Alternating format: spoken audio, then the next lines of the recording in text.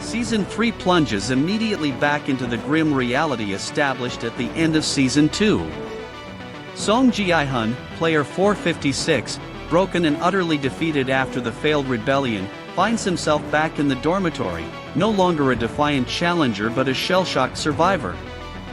His capture and return are swift and brutal, setting the tone for a season that is arguably the darkest and most emotionally taxing of the entire series.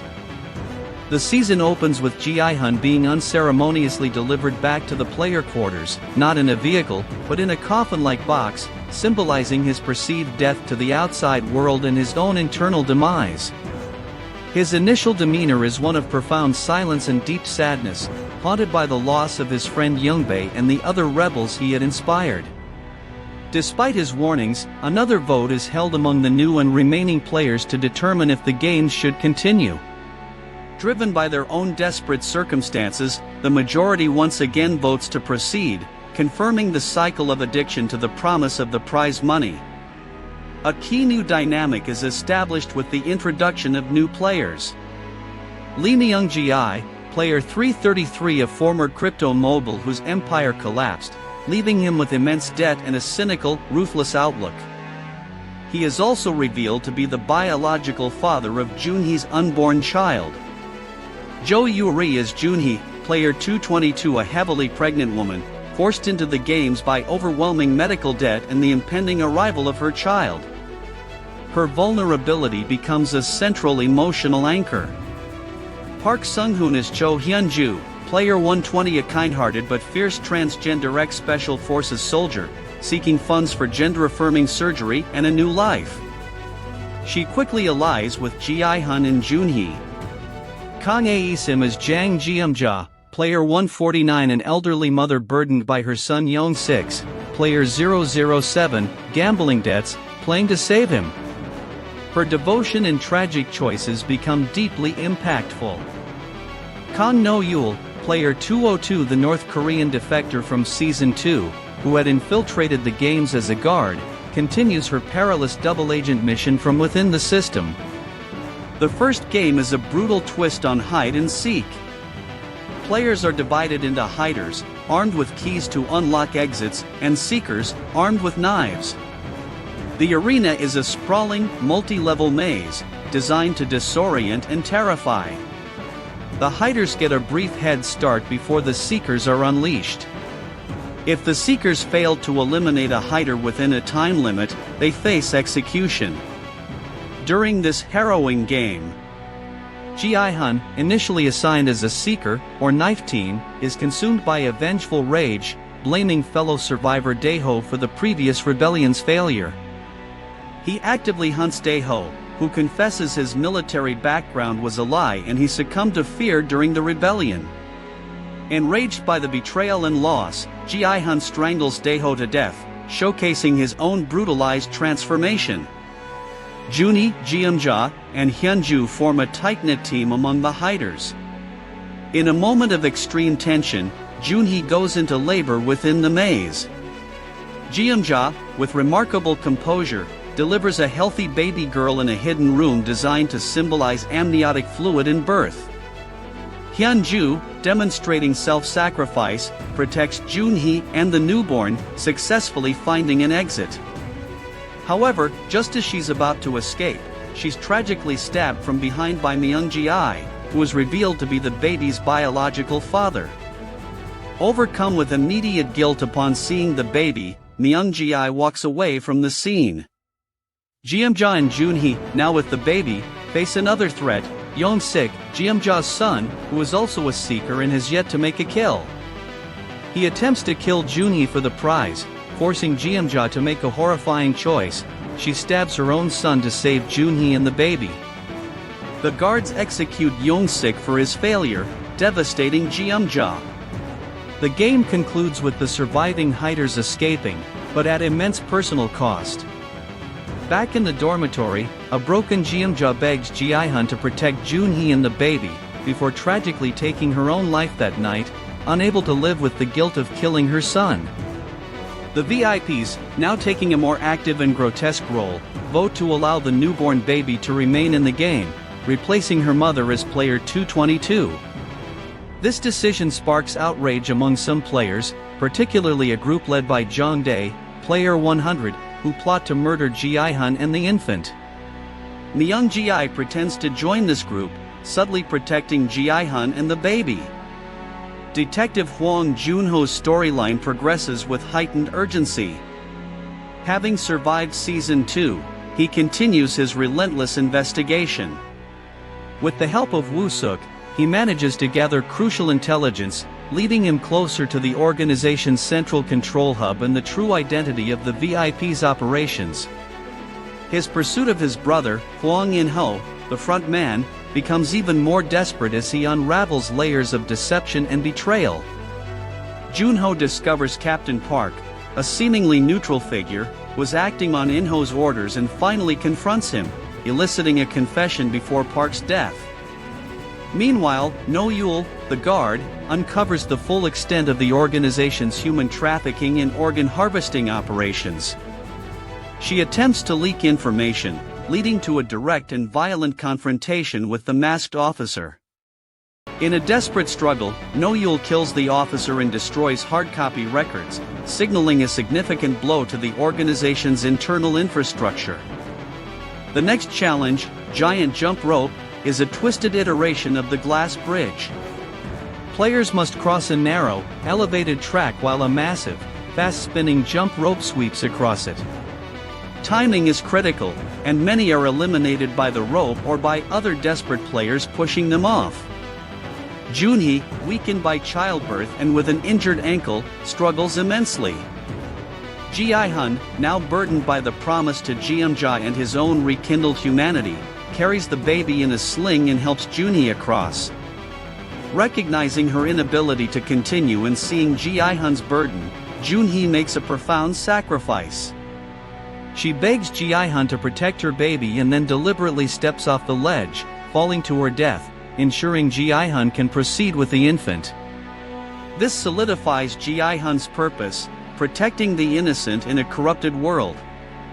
The VIPs, watching the spectacle with perverse delight, note the unforeseen variable of the baby's continued presence. Before the final round, Gi-hun is summoned to the front man's office. In a shocking revelation, the front man removes his mask, revealing himself as Oh Yun-il, a former winner of the games and Gi-hun's presumed dead Ganbu, player 001 from Season 1. This deepens the psychological manipulation and personalizes the conflict for Gi-hun, who is enraged by the deception. In-ho proposes a twisted deal: if Gi-hun murders the remaining players in their sleep, they can both vote to end the game and split the immense prize money. This is a direct test of Gi-hun's humanity, a final attempt by In-ho to prove his cynical worldview that everyone will eventually succumb to greed and violence. Gi-hun, disgusted, refuses the offer, reiterating his commitment to protecting the innocent. This refusal profoundly shakes In-ho, showing him that Gi-hun has not become like him. The ultimate challenge is Squid Game, a brutal and abstract rendition of the original children's game, played on a series of massive, tall stone towers. The rule is brutally simple: to progress to the next tower, a player must eliminate another player. Only the last remaining survivor of the final tower wins.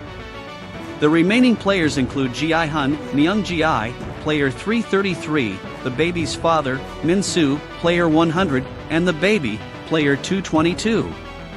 The game quickly descends into chaotic violence.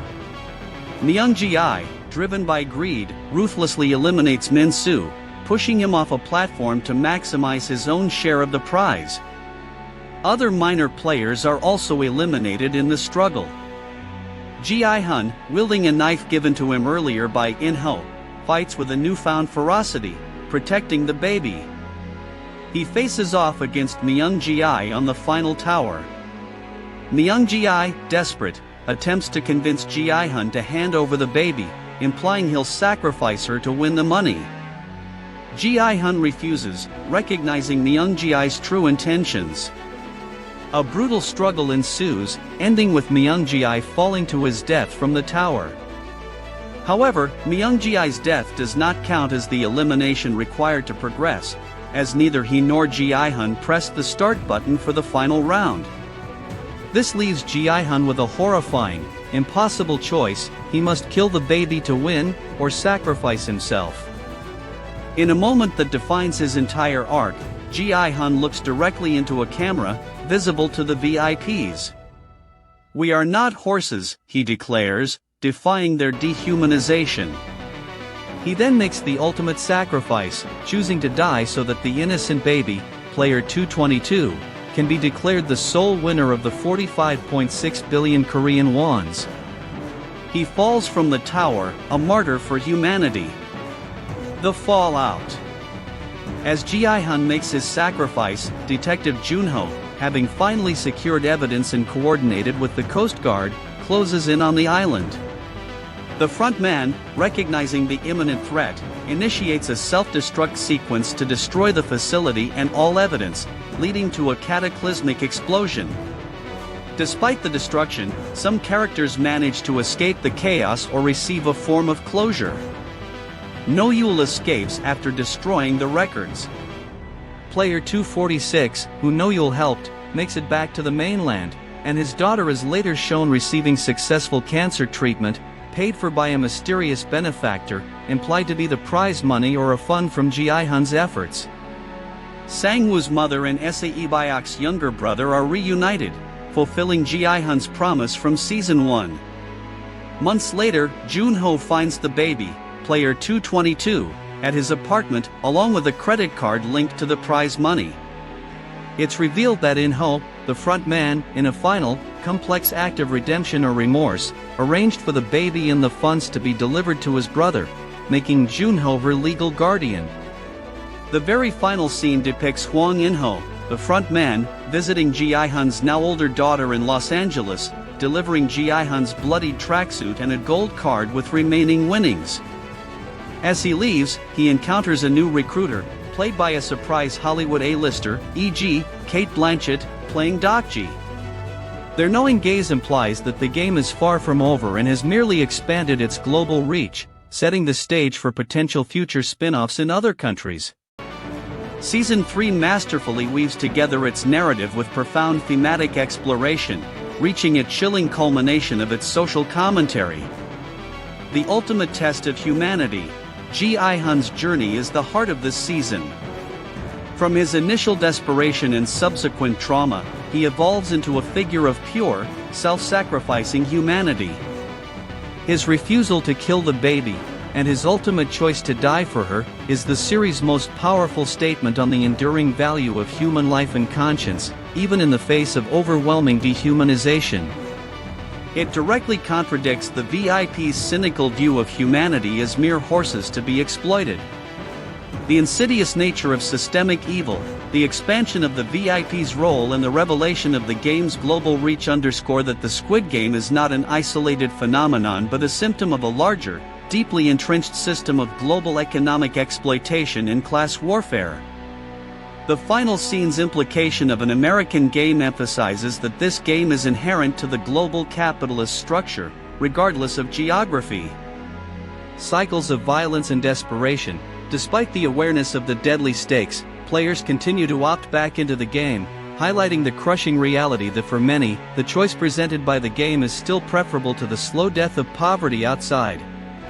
This perpetuates a vicious cycle of desperation that the system thrives on.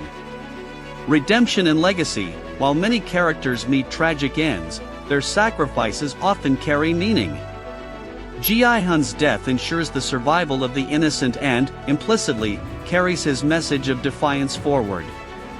The care taken for Sang-woo's mother and Issa Ibayok's brother, and Junho becoming the baby's guardian, indicate that the fight for human dignity and the effects of kindness can ripple outward. The spectacle of suffering and detachment, the VIPs become even more active participants, reveling in the direct infliction of violence, further emphasizing the moral degradation of the ultra-rich who consume human suffering for entertainment. Their casual cruelty highlights the detachment that extreme wealth can foster. A fitting, yet imperfect, finale rating, 7.5/10. Squid Game Season 3 faced the monumental task of delivering a satisfying conclusion to a global phenomenon. While it couldn't fully recapture the raw, shocking novelty of Season 1, it largely succeeded in providing a powerful, emotionally resonant, and thematically rich finale. Strengths: powerful emotional arc for Gi-hun. Lee Young-jae's performance in Season 3 is arguably his most compelling. Gi-hun's journey from broken trauma survivor to self-sacrificing martyr is deeply moving and provides a strong emotional core. His final act is a profound statement that elevates the series beyond mere survival horror. Heightened thematic depth: the season effectively deepened its critique of capitalism, exploring themes of resistance, the cycle of violence, and the enduring value of humanity. The integration of the baby as a symbol of innocence and the future was a bold and ultimately successful narrative choice that amplified the stakes and moral dilemmas. Intense and inventive games: while the shock factor was less, the new games, particularly hide-and-seek with knives and Squid Game, were visually engaging, intensely suspenseful, and designed to force brutal moral choices, maintaining the series' signature style. The hide-and-seek game, especially with the unexpected childbirth, was a standout for its raw emotional power. Pacing and narrative drive: Season 3 generally maintained a strong pace, weaving together Gi-hun's internal struggle with Junho's external investigation and the frontman's machinations. The narrative felt more focused than parts of Season 2, propelling the story towards its conclusion. Resolutions: for main characters, the season provided definitive, if often tragic, endings for many key character arcs, giving a sense of closure to the individual stories within the larger, ongoing game. The resolution of Junho's search and the frontman's identity were particularly impactful. Continued visual excellence: the production design remained top-tier, leveraging the series' iconic bright colors and surreal sets to create a striking contrast with the brutal violence, enhancing the immersive and unsettling atmosphere. Weaknesses: loss of original novelty. This is an inherent challenge for any successful sequel. Season 3, like Season 2, simply could not replicate the pure shock and groundbreaking originality of the first season. Viewers were already desensitized to the premise. Predictability in player behavior: the repeated decisions by players to continue the games, even after witnessing extreme carnage, felt less surprising and occasionally strained credulity, though it served the thematic point about desperation. Underdeveloped new characters: while some new characters like Hyunju and Gi-hun were impactful, others felt less fleshed out, making their often brutal demises less emotionally resonant than the core cast of Season 1. VIP dialogue still cheesy: the English-speaking VIPs, while having a more active role, still delivered lines that sometimes felt stiff or overtly cartoonish, slightly detracting from the show's otherwise grounded realism. Ambiguous overall ending: for the game, while the main character stories concluded, the final cameo by a major Hollywood star hinting at a global expansion of the game left some viewers feeling that the Korean chapter was over, but the overarching threat remained unresolved, potentially as a setup for future spin-offs rather than a definitive series finale. This felt like a franchiseification choice rather than a pure artistic one. CGI quality: some minor instances of CGI, particularly with the baby in certain scenes in the jump rope game, received some criticism for being less than seamless, occasionally pulling viewers out of the immersion. Rating: 7.5/10. Season 3 of Squid Game is a commendable final act that successfully grapples with the immense legacy of its predecessor. It delivers a darker, more emotionally charged narrative that culminates in a powerful statement about humanity's enduring capacity for goodness even in the most depraved circumstances. While it struggles, as any sequel would, to replicate the initial shock of Season 1, it compensates with deeper thematic exploration and a fitting, albeit bittersweet, resolution for its central protagonist. It reinforces Squid Game's position as a significant cultural and critical achievement in the landscape of global television.